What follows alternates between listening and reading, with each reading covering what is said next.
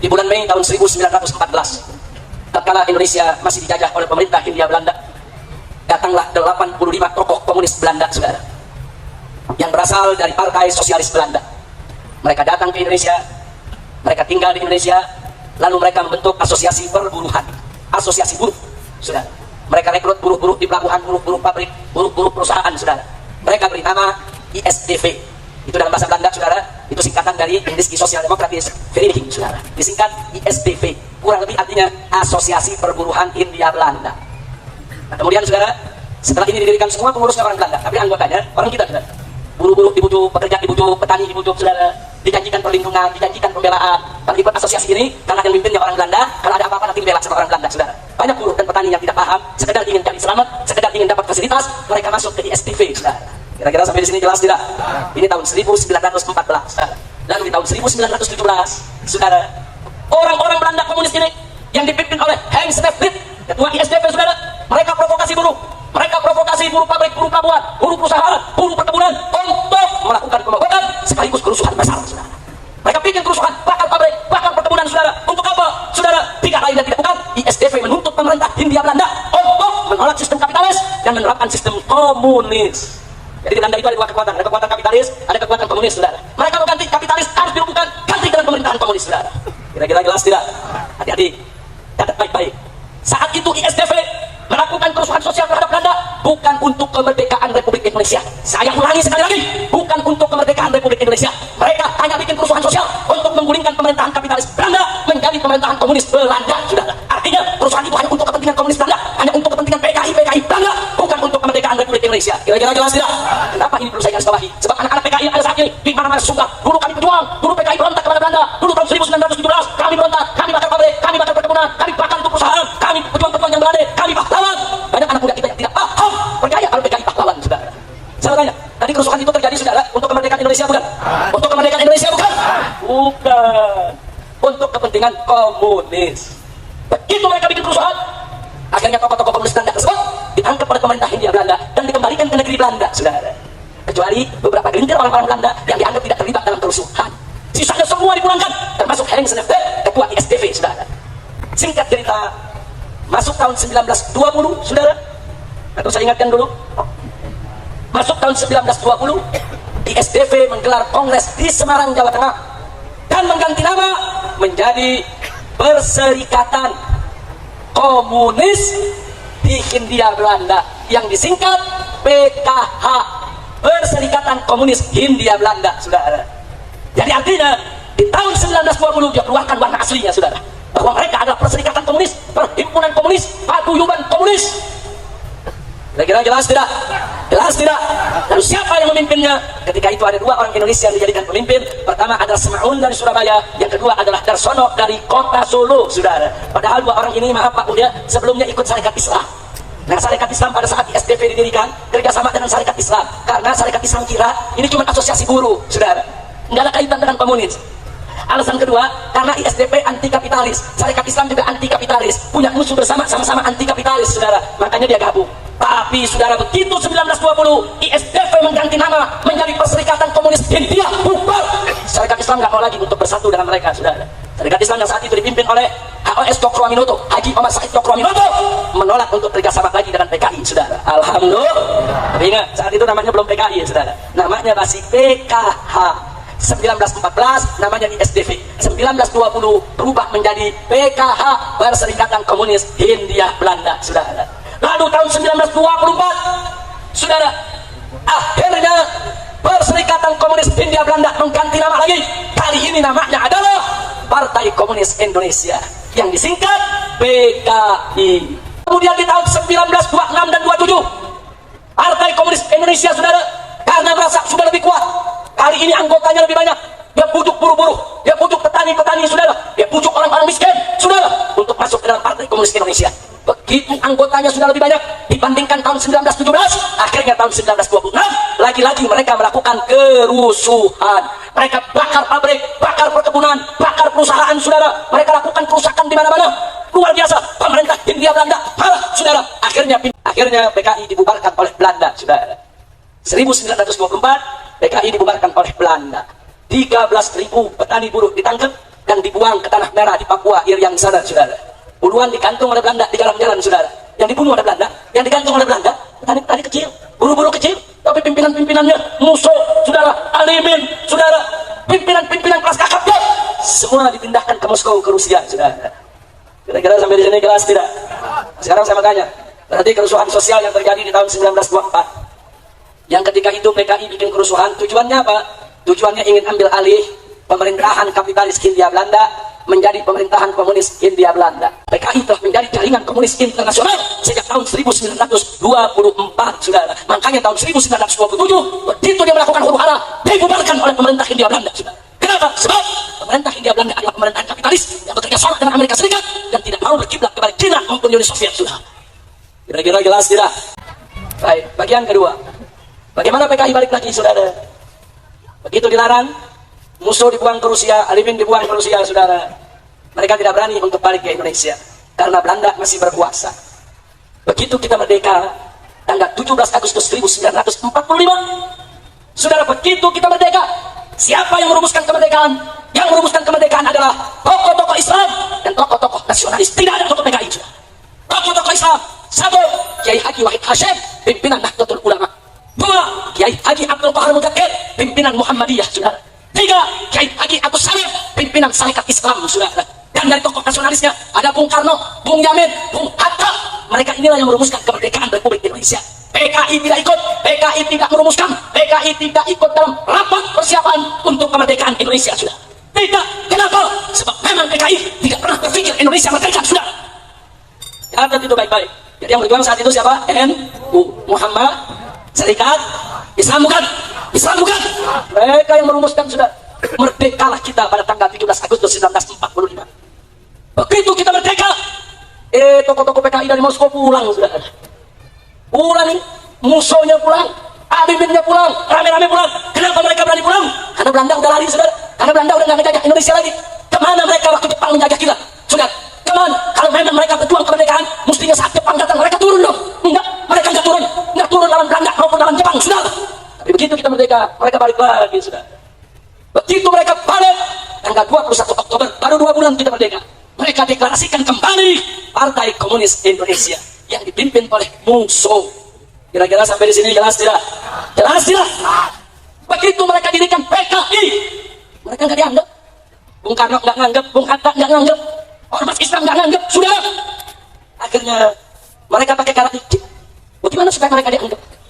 Mereka lakukan teror di mana-mana, sudah.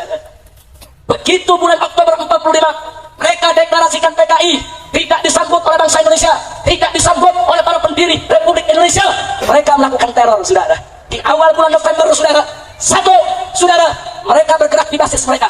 Ketika itu mereka punya banyak pengikut di Tegal, Brebes, Pemalang, Pekalongan. Mereka rebut, bupatinya mereka tangkap, camatnya mereka tangkap, lurahnya mereka tangkap, kepala polisi di wilayah mereka tangkap, mereka paksa untuk turun dari jabatan dan mereka ganti dengan orang-orang PKI, saudara. Dan kalau nggak mau mereka turun, mereka dibunuh, saudara. Makanya, saudara, beberapa bupati mereka bunuh, camat mereka bunuh, kepala desa mereka bunuh, yang tidak mau turun kepada mereka, saudara. Akhirnya mereka rebut, saudara, Kresidenan Pekalongan meliputi Tegal, Brebes, Pemalang, dan mereka serbu Cirebon. Tentara ditangkapi, tentara dilucuti, Cirebon bupatinya ditangkap, saudara. Bukan itu saja, mereka juga masuk ke daerah Banten, saudara. Di Banten ada geng-geng nama tokoh PKI Banten. Mereka culik Bupati Lebak, saudara, yaitu Raden Arti Winangun. Mereka bunuh di jembatan Sarang, saudara. Enggak sampai di situ, mereka bergerak ke Tangerang. Mereka culik tokoh nasional, Oto Iskandar Dinata. Mereka tangkap, mereka sembelih, mereka bunuh karena tidak setuju dengan PKI. Insya Allah. Jadi supaya anda tahu, saudara, kenapa mereka lakukan itu? Karena mereka punya basis. Basisnya buruh dan petani, saudara. Di mana mereka punya basis, mereka bunuh yang nggak tunduk kepada mereka. Di mana mereka tidak punya basis, mereka pura-pura baik kepada umat Islam, saudara. Di Jawa Barat PKI nggak ada basis, saudara. Alhamdulillah, di Jawa Barat dari dulu sampai sekarang basis Islam, bukan basis PKI. Betul, betul. Takbir, hidup Islam, hidup Jawa Barat. Takbir, sallu ala Nabi. Pertanyaannya, apa hasil teror yang dilakukan oleh PKI, saudara? Ketika itu kita baru merdeka. Yang namanya baru merdeka, pemerintah masih lemah, tentara masih lemah, polisi masih lemah, betul? Betul. Baru merdeka 2 bulan dirongrong oleh PKI, saudara. Diadap ini PKI, saudara. Makanya PKI bisa rebut Brebes, rebut Tegal, rebut Pemalang. Kenapa dia bisa rebut? Dia rebut Tangerang, dia rebut Serang, saudara. Kenapa dia bisa rebut? Karena saat itu Bung Karno masih lemah, pemerintahan masih lemah. Biar kita tahu, biadab, kalau begitu PKI pengkhianat, tidak. Tapi taktik mereka berhasil, saudara. Akhirnya mereka dipanggil oleh Bung Karno. Bung Karno bujuk mereka untuk tidak mengganggu rakyat. Apa hasilnya, saudara? Tahun 1947, terpaksa akhirnya Bung Karno tidak ada jalan lain. Tokoh PKI diangkat menjadi Perdana Menteri Republik Indonesia, saudara. Dialah yang bernama Amir Sarifuddin Harahap. Itu tokoh PKI, saudara, jadi Perdana Menteri. Ya, niat Bung Karno baik. Kalau PKI dikasih tempat, PKI dibagi tempat di pemerintahan, dia nggak ngajak, dia nggak bunuh camat, nggak bunuh lurah, nggak bunuh bupati. Ini negara baru merdeka, saudara. Belum lagi Belanda ngancem mau balik, saudara, mau rebut lagi Indonesia, mau jajah Indonesia.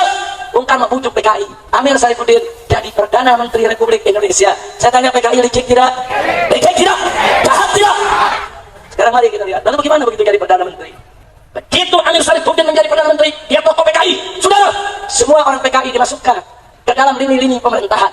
PKI dimasukkan ke tentara, PKI dimasukkan ke polisi, PKI dimasukkan ke perdana, ke bagian pegawai negeri sipil. PKI diangkat dari camat, diangkat dari bupati, di mana-mana PKI menjadi pejabat.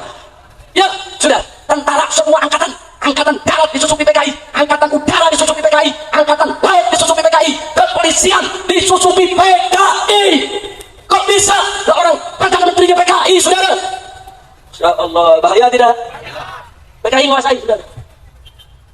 Masumi protes, ulama protes, kiai protes, datang ke Bung Karno supaya Amir Sarifuddin diberhentikan dari Perdana Menteri. Ini berbahaya. Semua pejabat diganti dengan PKI. Tapi ketika itu Bung Karno tidak punya alasan. Apa alasannya mau berhenti? Subhanallah, alasan itu datang setahun kemudian. Di tanggal 17 Januari, saudara, tahun 1948, terjadi perjanjian Renville, saudara, antara Indonesia dengan Belanda. Indonesia diwakili oleh Perdana Menterinya, itu tokoh PKI Amir Sarifuddin. Dan apa hasilnya? Isi perjanjiannya merugikan Indonesia, menguntungkan Belanda, membuka pintu Belanda balik lagi ke Indonesia, saudara. Marah tokoh-tokoh Islam, marah para ulama, marah tokoh nasionalis, rame-rame mereka datangi Bung Karno. Kompak saat itu nasionalis, saudara, dengan umat Islam, dengan para ulama, diadakan. Dan akhirnya tanggal 23 Januari, cuma 5 hari setelah perjanjian Renville, 23 Januari 48, saudara, Amir Sarifuddin diberhentikan dari Perdana Menteri. Kabinetnya dibubarkan. Lalu siapa yang diangkat sebagai pengganti? Soekarno mengangkat Wakil Presiden Muhammad Hatta sebagai Perdana Menteri, saudara. Ya, kenapa Muhammad Hatta yang diangkat? Karena tokoh-tokoh Islam nasionalis minta Muhammad Hatta menyelamatkan Republik Indonesia dari PKI. Ya, Muhammad Hatta kan ambil alih, saudara. Beliau jadi Perdana Menteri. Apa yang beliau lakukan, saudara? Begitu masuk bulan Mei, yang beliau lakukan adalah, saudara, beliau melaksanakan program rekonstruksi dan rasionalisasi. Artinya apa? Seluruh orang PKI yang ada di TNI, yang ada di pegawai negeri, yang jadi pejabat diberhentikan oleh Bung Hatta. Nanti bagus tidak? Bagus tidak? Bagus tidak? Semua sudah. Oh, mana kolonel-kolonel angkatan darat yang PKI diberhentikan? Mana brigjen-brigjen yang PKI, saudara, diberhentikan? Akhirnya PKI marah, saudara. Marah. Tentara-tentara PKI nggak mau berhenti. Mereka marah. Mereka nggak mau keluar. Nggak mau keluar dari angkatan darat. Nggak mau keluar dari angkatan laut. Nggak mau keluar dari angkatan udara. Nggak mau keluar dari kepolisian. Nggak mau berhenti dari pejabat, saudara. Tetap diberhentikan. Dan apa yang terjadi, saudara? Begitu diberhentikan, saudara, maka seluruh tokoh PKI yang masih ada di luar negeri, saudara, baik ada di Cina maupun Moskow, rame-rame turun ke Indonesia, saudara. Bulan Agustus 48 mereka gelar kongres untuk melawan Bung Hatta, saudara. Mereka merasa Bung Hatta sudah merusak segala rencananya. Agustus gelar kongres, saudara, dan hasilnya tanggal 5 September PKI secara terbuka mengumumkan minta kepada Presiden Soekarno agar negara kesatuan Republik Indonesia berkiblat kepada Uni Soviet, saudara. Jadi PKI bilang Indonesia harus berkiblat kepada Soviet, Indonesia harus bersatu dengan Uni Soviet, Indonesia tidak boleh diatur oleh Amerika yang kapitalis, kita harus jadi negara sosialis, komunis. Dan keinginannya ditolak oleh Bung Karno, saudara. Begitu ditolak, dan apa yang terjadi pada tanggal 10 September, saudara? Mari kita lihat 10 September, saudara. PKI mengumumkan di Madiun satu negara baru yang namanya adalah Negara Soviet Indonesia, saudara. Ditulis Negara Republik Soviet Indonesia. Dia deklarasikan, saudara, presidennya musuh, wakil presidennya Amir Sarifuddin, mantan Perdana Menteri Republik Indonesia, saudara. Dia umumkan. Setelah itu diberikan peringatan oleh Bung Karno, bubar, stop, nggak boleh ada negara dalam negara, saudara. Mereka nggak mau tahu, saudara. Lalu setelah itu apa yang terjadi? Mari kita lihat, saudara. Begitu mereka umumkan Negara Republik Soviet Indonesia, ulama-ulama di Madiun, pimpinan pondok pesantren di Magetan, di mana-mana yang tidak mau mengakui Negara Republik Soviet Indonesia, mereka serbu, mereka bunuh, saudara. Pesantren-pesantren mereka bakal, ya, kiai-kiai mereka bunuh. Saudara, itu terjadi dari tanggal 10 September. Gubernur Jawa Timur mereka culik, mereka bunuh. Saudara, kepala rumah sakit Solo mereka culik, mereka bunuh. Kepala kepolisian Madiun mereka culik, mereka sembelih, mereka bunuh. Saudara, itu terjadi dari tanggal 10 September, 11, 12, 13. Puncaknya saudara, tanggal 17 September seorang ulama besar, Nahdlatul Ulama Kiai Haji Sulaiman Suhdi Afandi ditangkap dengan 108 santri dan ustadz. Saudara, mereka diseret saudara ke sebuah sumur di desa Koto, Kabupaten Magetan, disembelih satu-satu. 108 tokoh Islam dimasukkan ke dalam sumur, dibunuh. Saudara, saya tanya, biadab tidak? Biadab tidak? Dari situ mereka rebut satu persatu. Saudara, 18 September saudara, mereka rebut Madiun, mereka rebut Ponorogo, Pacitan, Rembang, Cepu, Purwodadi, Sukorejo, saudara, Magetan, semua kota-kota di Jawa Tengah direbut oleh mereka. Pertanyaannya, kenapa mereka bisa merebut? Mereka punya senjata, ada militer jadi PKI. Saudara, ada angkatan darat jadi PKI, ada angkatan laut jadi PKI, ada angkatan udara jadi PKI, ada polisi jadi PKI. Mereka punya senjata, mereka tidak berhenti dengan senjata mereka. Saudara, mereka rebut semua kota yang ada di Jawa Tengah. Allah, biadab tidak? Biadab tidak? Sampai di situ saudara, sepanjang 18 September sampai 21 September mereka bikin 2 ladang pembantaian. 1 di pabrik gula Orang Garing, saudara, yaitu di Magetan.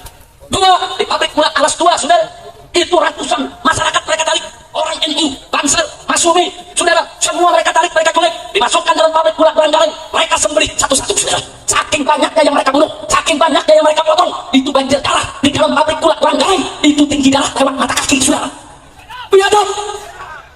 Jangan bilang PKI pahlawan dulu, saudara. Kita punya datanya, kita punya faktanya, saudara, dan masih ada saksi hidup, saudara, yang mengalami yaitu peristiwa tersebut. Kita punya foto-fotonya, saudara. Biadab. Dan mereka bikin 7 sumur yang mereka sebut sebagai sumur neraka, saudara. Setiap sumur ratusan mayat mereka jeburkan ke sana. Mayat bupati, mayat camat, mayat kepala kepolisian, mayat kiai, mayat santri, mayat pimpinan partai Islam, saudara, mayat Banser, semua mereka jeburkan dalam 7 sumur. Satu sumur, saudara, ada 200 kerangka mayat, ada 300 kerangka mayat, saudara. Biadab. Dan 7 sumur ada di Kabupaten Magetan. Tadinya itu nggak terungkap, saudara. Itu peristiwa terjadi tahun 48, nggak ada yang tahu. Keluarga pada nyari, keluarga bupati nyari, mana suami saya? Suami saya jadi bupati, diculik oleh PKI, di mana dia? Santri-santri pada nyari, termasuk Kiai Haji Sulaiman Suhdi, pimpinan pondok pesantren. Saudara, pesantrennya dibakar, kiainya kemana? Semua santri nyari, saudara. Baru tahun 1950, beberapa orang PKI yang ditangkap, akhirnya mereka insaf, dan mereka yang menunjuki itu tempat, saudara. Mereka tunjuki di sana sumurnya, karena sumur itu habis mereka masukkan mayat, mereka tutup, saudara. Sumur tersebut mereka tutup, jadi orang nggak tahu kalau di situ ada sumur, saudara. Lalu bulan Januari tahun 1950, ribuan masyarakat Magetan, Madiun, Pacitan, rame-rame turun ke sumur-sumur tadi, saudara. Mereka gali, mereka temukan ribuan mayat dari 7 kubur. Dan diidentifikasi, ketemu, oh ini Bupati Blora, oh yang ini Bupati Magetan, ketemu satu-satu, oh ini yang Kiai Sulaiman Suhdinya, saudara. Mereka sembelih semuanya, mereka masukkan dalam sumur. Saya tanya, biadab tidak? Biadab tidak? Takbir. Tapi alhamdulillah, ketika itu Bapak Panglima Besar Jenderal Sudirman, saudara, begitu Madiun dan semua kota di bulan September dikuasai oleh PKI, Tentara Republik Indonesia turun ke Madiun, saudara. Dari Jawa Barat Siliwangi turun, dari Jawa Timur, saudara, turun untuk mengepung PKI di Jawa Tengah, saudara. Ketika itu tentara nasional dari Siliwangi ribuan turun, saudara. Begitu juga dari Jawa Timur yang dipimpin oleh Kolonel Gatot Subroto, saudara. Atas perintah Panglima Besar Jenderal Sudirman, perang, saudara. 12 hari 12 malam tempur di kota Madiun, saudara. Dan akhirnya tanggal 30 September seluruh kota Madiun berhasil diambil alih oleh pemerintah pusat melalui TNI Angkatan Darat yang pro pemerintah, bukan pro PKI, saudara. Takbir, takbir. Lalu PKI keluar dari Madiun, oh mereka marah. Lalu apa yang mereka lakukan, saudara? 30 September mereka keluar, tanggal 4 Oktobernya, saudara, seluruh tawanan mereka bunuh, saudara. Ribuan tawanan yang mereka tawan dari Madiun, Magetan, Pacet, Ponorogo, Wonogiri, Ponorogo, saudara, Sukorejo, Surakarta, semua yang mereka tawan, mereka bunuh. Karena mereka marah kepada TNI, kenapa mereka kalah? Dikutuk. Mereka terus didesak, saudara. Baru akhir November, seluruh Jawa berhasil dikuasai, PKI berhasil dikalahkan, saudara. Alhamdulillah. Saya mau tanya, kalau begitu PKI pejuang atau pengkhianat? Pejuang atau pecundang? Pejuang atau pengkhianat? Pejuang atau penjahat? Selesai bulan November 48, PKI diatasi. Masuk bulan Desember, Belanda datang, saudara. Agresi militer kedua. Jadi kita dirongrong oleh PKI, bukan PKI pejuang. Dia merongrong Republik. Hampir kita kalah dari Belanda. Hampir kita jatuh lagi ke Belanda, saudara. November PKI dikalahkan, saudara. Desember Belanda datang lagi ke Indonesia untuk menjaga Republik ini, saudara. Ya, PKI biadab, PKI zalim, PKI penjahat. Begitu saya mau tanya sekali lagi, kalau itu PKI bahaya tidak? Bahaya tidak? Layak dibubarkan tidak? Takbir. Akhirnya bulan Oktober musuh ditangkap, Amir Sarifuddin ditangkap dan dieksekusi mati, saudara.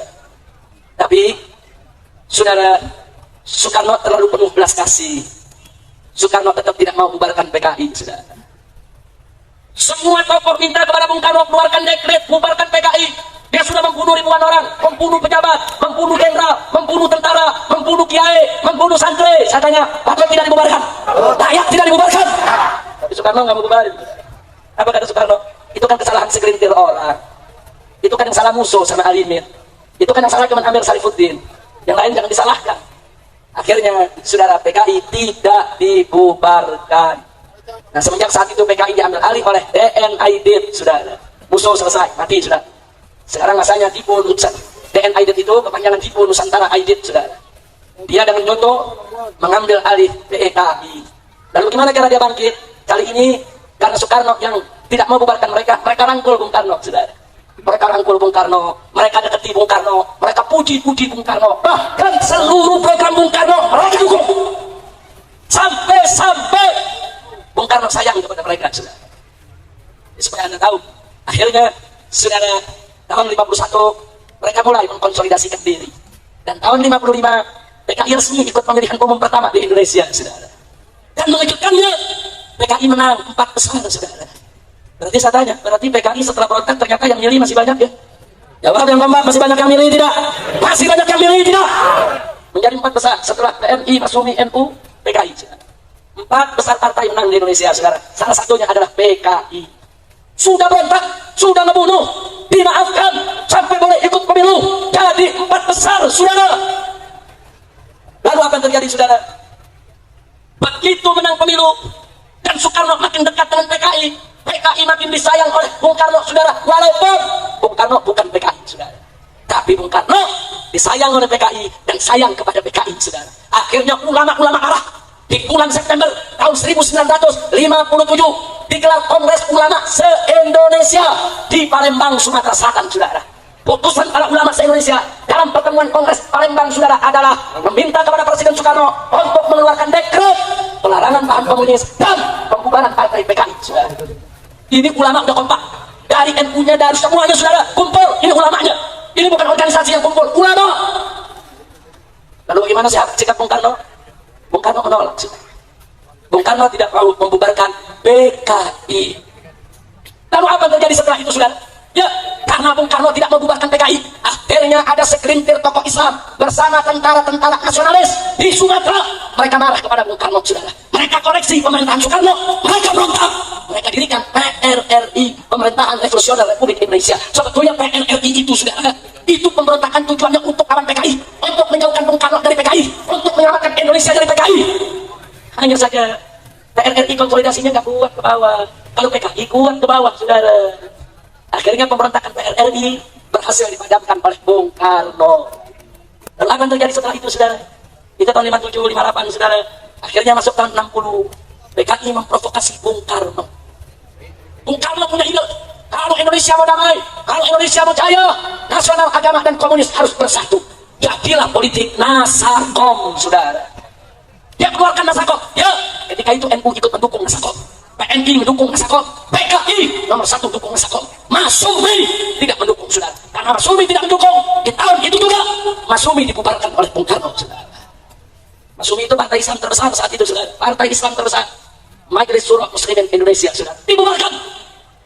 Kemudian di tahun 1963, saudara, PKI memprovokasi lagi Bung Karno supaya kanyang Malaysia. Kenapa diprovokasi supaya perang lawan Malaysia, saudara? Kenapa? Ada apa? Ada 2 tujuan.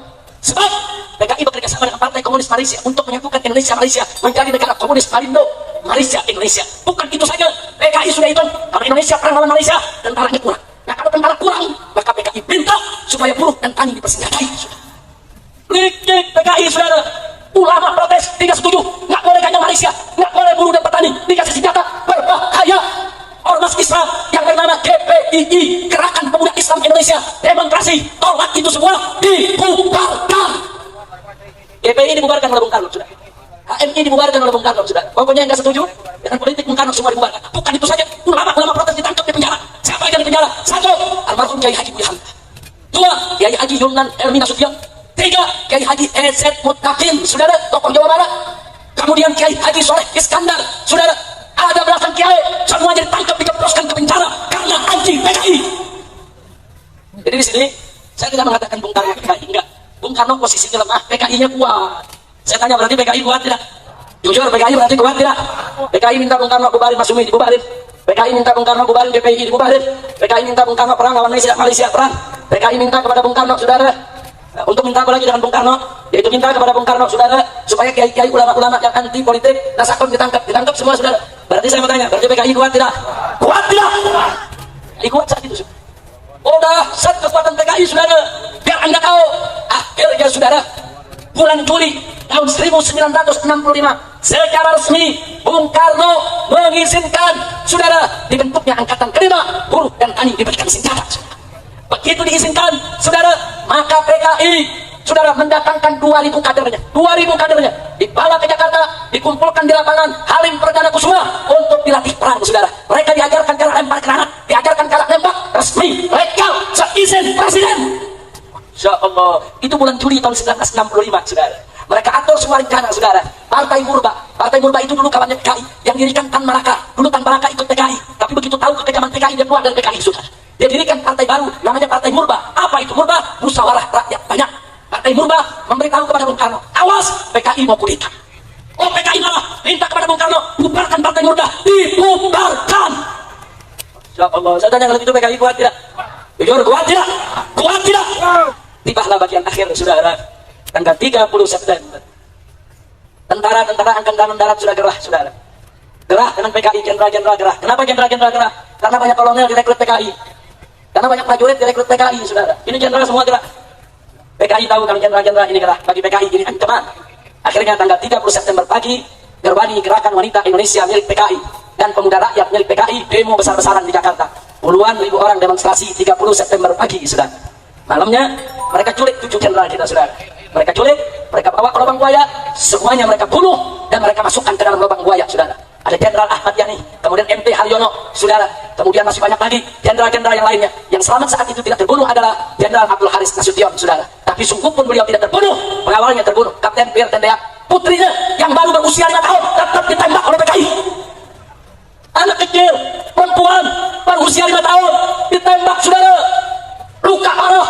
Beberapa hari kemudian anak tersebut mati. Itulah adik Irma Nasution, saudara. Saya tanya sekali lagi, biadab tidak? Biadab tidak?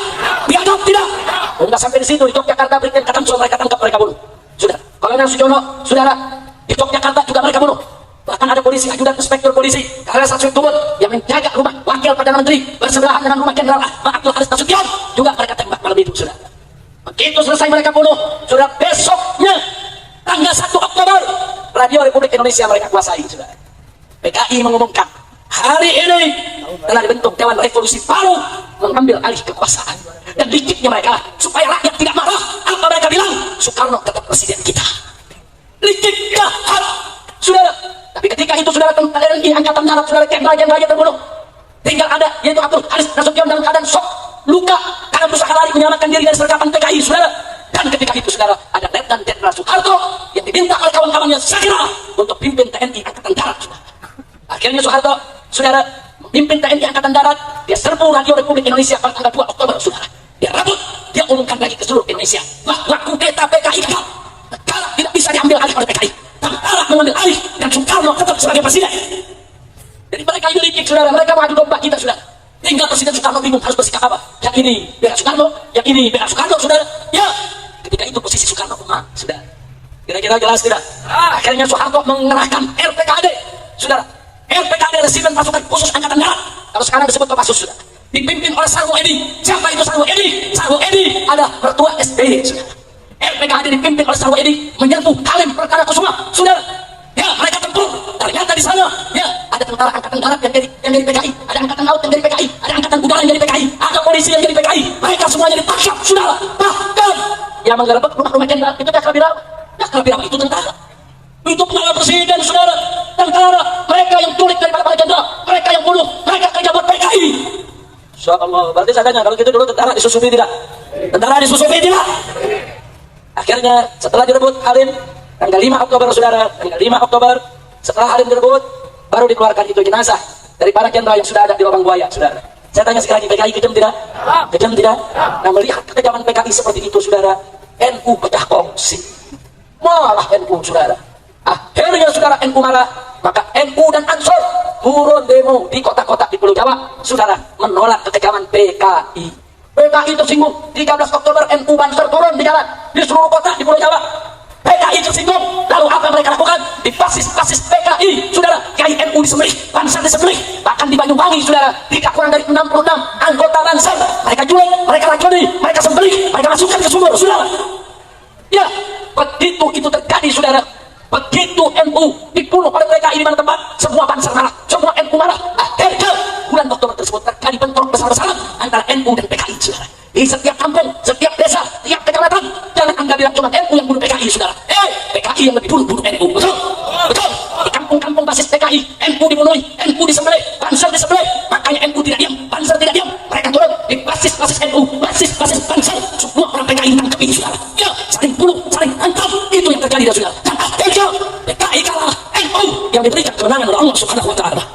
Takbir, takbir. Berarti saya mau tanya, jasa NU besar tidak? Jasa Banser besar tidak? Jasa tentara besar tidak?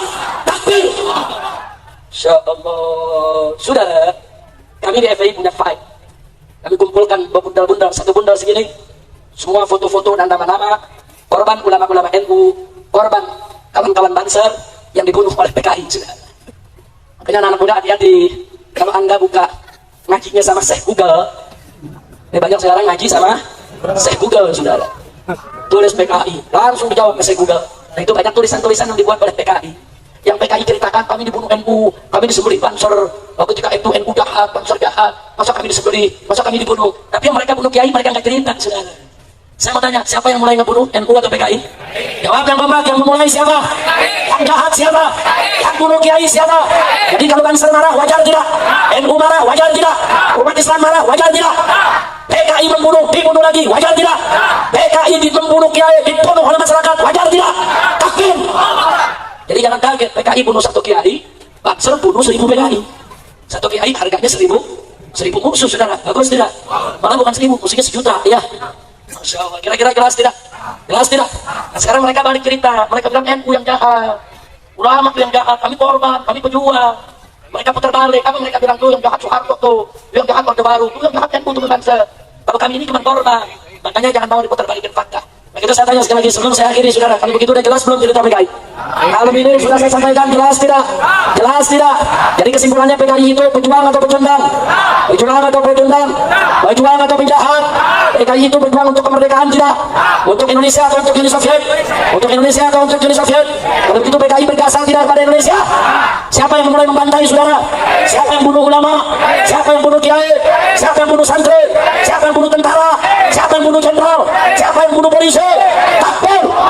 Kalau begitu, kalau PKI dibubarkan oleh TAP MPRS nomor 25 tahun 66, wajar tidak? Bagus tidak? Setuju tidak? Jadi kalau besok PKI mau bangkit lagi, biarkan atau lawan? Biarkan atau ganyang? Siap lawan PKI?